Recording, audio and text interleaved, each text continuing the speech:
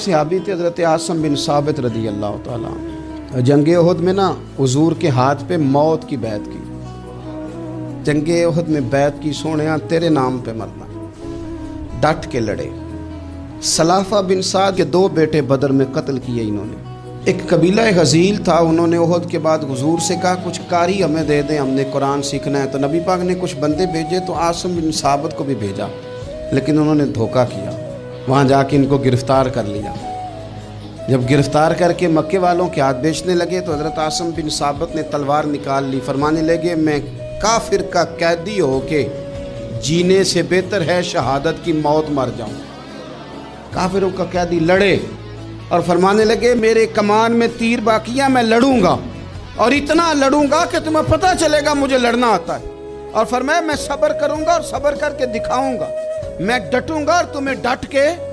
اکیلا بندہ میدان میں ڈٹ گیا، اکیلا۔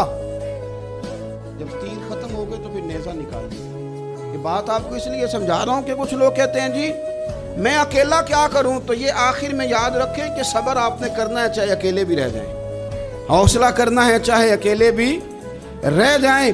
اکیلے لڑے، تیر ختم ہو گئے تو نیزہ نکال لیا، خوب لڑے۔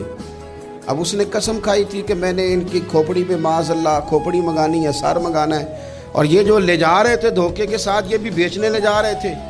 تو جب تھک گئے نا اور چاروں جانب سے جسم میں تیر پہ وسط ہو گئے تو دعا مانگی، اکیلا بندہ اور صبر کا مقام، دعا مانگی، کہا اے اللہ میں نے آخری دم تک تیرے دین کی حفاظت کی ہے، اب تو میرے جسم کی حفاظت کرنا۔